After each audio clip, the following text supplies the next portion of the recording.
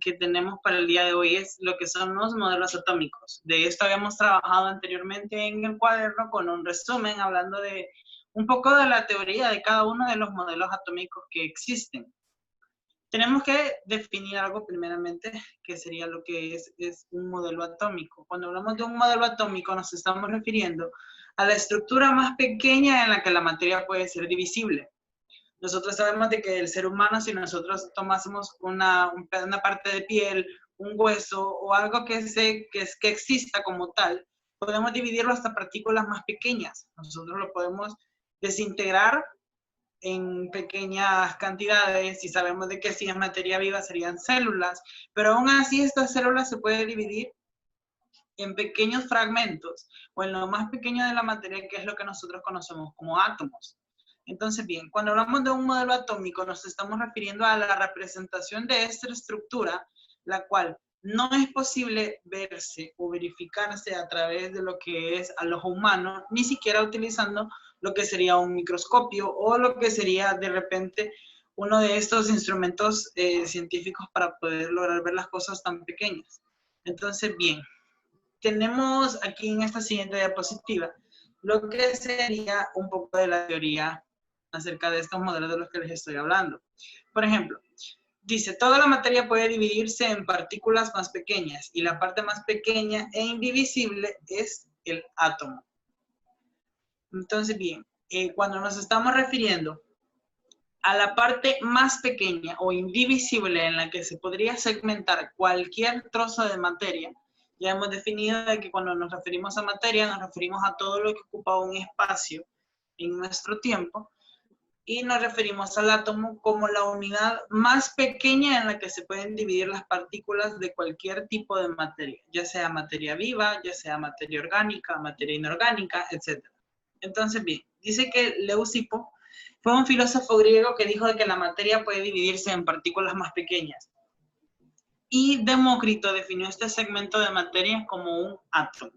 Algo que tenemos que identificar es que se ha definido siempre y se ha mantenido dentro de lo que es el conocimiento científico que la materia, la partícula más pequeña en la que se puede dividir, sería un átomo. Sin embargo, con los avances científicos y conforme va avanzando el tiempo, se ha logrado definir que también este átomo se puede segmentar en partes. Dentro de un núcleo de un átomo se encuentra, en base a las teorías, ustedes habrán escuchado en algún momento acerca de la teoría de cuerdas. Si la han escuchado, esta teoría de cuerdas hace referencia a que dentro de cada uno de los núcleos de estos átomos se encuentra un hilo energético. En este caso es una suposición, es una teoría, no es algo que está respaldado, ya vamos a hablar acerca de eso, no es algo que está respaldado científicamente o se ha podido comprobar debido a que por la naturaleza del átomo tan pequeño, tan microscópico, muchísimo más microscópico que una bacteria, que un virus, muchísimo más pequeño, ya que es con átomos que se componen cualquiera de los elementos que se encuentran en la naturaleza, es imposible saber o verificar qué tan segmentable es. Por ejemplo, de repente nosotros podemos encontrar o aislar lo que sería una célula de la piel. Se puede ver bajo un microscopio. Sin embargo, no se puede segmentar más a lo que sería un átomo. Entonces, bien, se dice de que dentro del núcleo del átomo se podría encontrar lo que son estos hilos energéticos llamados quarks, pero todavía no es algo que se ha comprobado 100%. Entonces, bien, un modelo atómico como tal dice que por lo tanto consiste en representar de manera gráfica la materia en su dimensión atómica. El objetivo de estos modelos es que el estudio de este nivel material resulte más sencillo, abstraer a la lógica del átomo y trasladarla a un esquema. Los modelos atómicos sirven para nosotros poder identificar cuál es la base o cómo consiste como tal lo que sería un átomo. Todos los modelos atómicos se han basado a lo que son teorías y algunos descubrimientos científicos. Sin embargo, no se ha definido como tal cuál es la estructura o cuál es la apariencia correcta de un átomo. Los modelos atómicos a nosotros nos sirven para identificar la forma en la que estos se componen y la forma en la que estos se distribuyen en cualquier elemento. Entonces, bien, tenemos varios tipos de modelos atómicos. Algunos han sido estudiados. Permítame un momento. Alguien me está manchando. Le voy a pedir que se detenga si no quiere que lo elimine de la clase.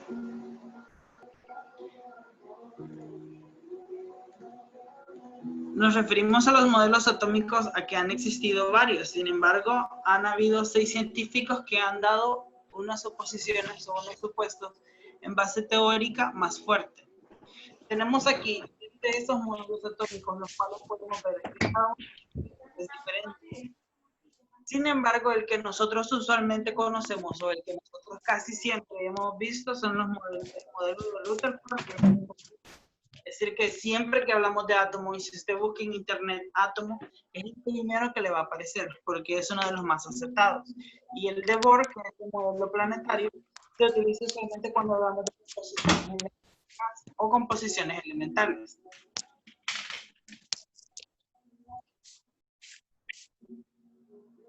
Entonces, bien, en este caso, cuando nosotros podemos ver la diferencia en cada uno de estos modelos atómicos, podemos ir viendo la diferencia que existe entre cada uno de ellos.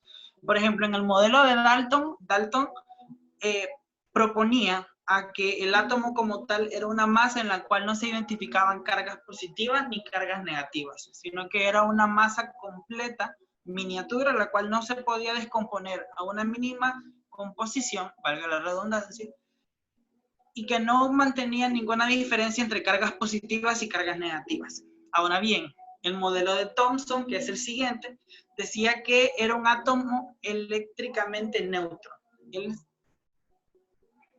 Vamos a ver, Jenny me está levantando la mano.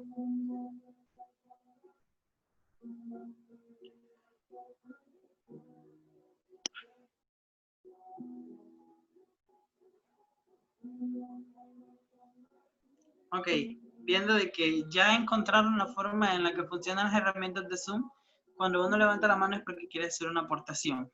Entonces, vamos a mantenernos en el orden siempre. Bien. En el modelo de Thomson decía de que el átomo sí tenía partes segmentadas, tanto como positivas como negativas, pero de que en su totalidad era positivo, pero que tenía algunas partículas negativas. Sin embargo, eran mínimas, lo cual le daba una neutralidad al átomo como tal.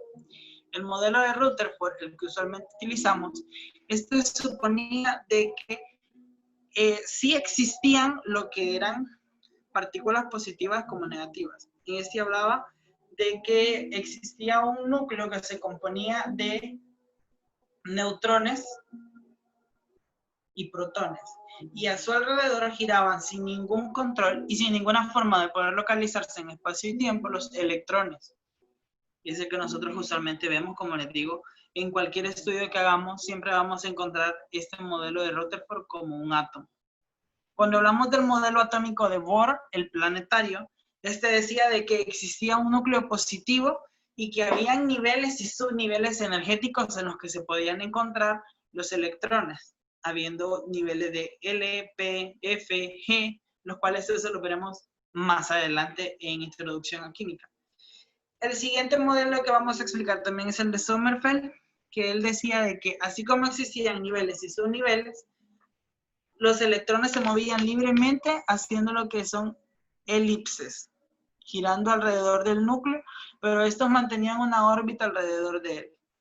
Y el de Broglie, este nos hablaba de que los electrones no existían como tal, pero sí podían ser rastreados a través de la forma de energía que giraba alrededor de lo que son los protones.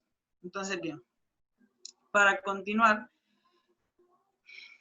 vamos a ver acerca de lo que es un electrón. Basándonos en el modelo que estábamos viendo anteriormente, nos referíamos a que este electrón, los electrones, los átomos como usualmente los conocemos, funcionan de la siguiente forma. Tienen lo que son los electrones, que son los que tienen la carga negativa del átomo. Tienen lo que son los protones, que tienen una carga negativa, que están en el interior del núcleo, y un neutrón que tiene una carga neutra, que no es ni positiva ni negativa, es el cual le da la estabilidad a lo que es el átomo como tal y por eso se mantiene de esa misma forma. Sabemos entonces, así como vemos en esta representación, de que existen estos electrones girando alrededor de órbitas, alrededor de un núcleo, y que el núcleo como tal, los círculos azules representarían lo que son los neutrones, y los protones serían los círculos rojos. Entonces, manteniendo una carga energética o un nivel energético, estos átomos pueden realizar enlaces. Pueden ser del mismo elemento para crear algo específico, o pueden ser de elementos diferentes para crear algo nuevo. Para eso tenemos que conocer lo que es la configuración molecular de cada uno de los elementos. En este caso nosotros tenemos esta figura que se conoce como geometría molecular o capa electrónica de un elemento. Aquí nos basamos a que existe el núcleo del elemento y alrededor de él giran lo que son los electrones. Algo que debemos identificar es que está en niveles y en subniveles. En la parte izquierda, en la parte superior izquierda, nos dice el elemento de la tabla periódica que es el oro y su número atómico es 79. El número atómico a nosotros nos sirve para identificar cuántos electrones se encuentran en las capas exteriores de un elemento. Para eso nos sirve a nosotros saber el número atómico de un elemento, porque de esa forma sabemos nosotros la cantidad de neutrones, que se encuentran en la parte externa de un átomo. Y en la parte superior derecha, donde están los números 2, 8, 18, 32, 18 y 1, nosotros nos está diciendo la forma en la que estos están distribuidos en los niveles. En este caso tenemos varios niveles que serían S, P, C, D, F, pero igual eso lo veremos más adelante en configuración electrónica. Por ahora, por los momentos, está bien. Para que un elemento pueda unirse a otro, en este caso, si nosotros unimos millones y millones de átomos de oro, vamos a tener lo que es un bloque de oro. Pero si nosotros unimos de repente un átomo de oro con 2 átomos de plata, tendríamos un material conocido como electrón. Si nosotros lo uniésemos con otro tipo, tendríamos óxido de oro y así sucesivamente. Pero para que estas conexiones se den, se dan como que se conoce como electrones de valencia. Los electrones de valencia son todos los electrones que se encuentran en el nivel más externo o en la capa más exterior del átomo. En este caso aquí tenemos un electrón, no tiene definido lo que sería, por ejemplo, qué elemento será. Tenemos lo que el azul sería el oxígeno y los verdes serían de hidrógeno. 2 moléculas de hidrógeno y una de oxígeno nos da lo que es un agua. Entonces, aquí tenemos lo que sería una partícula de agua, pero está compuesta por 3 átomos, 1 de oxígeno y 2 de hidrógeno. Podemos ver que los electrones que se encuentran en la capa más externa del oxígeno son los que se unen con los electrones más externos que se encuentran en el hidrógeno. Y eso siempre se va a hacer de esa misma forma. Siempre los electrones que se encuentran en la capa más exterior del átomo son los que se unen a otros para crear enlaces. Los enlaces pueden ser enlaces covalentes o enlaces iónicos, dependiendo la forma en la que estos se conecten. Pero definitivamente eso se ve de una forma más extensa, mucho más adelante.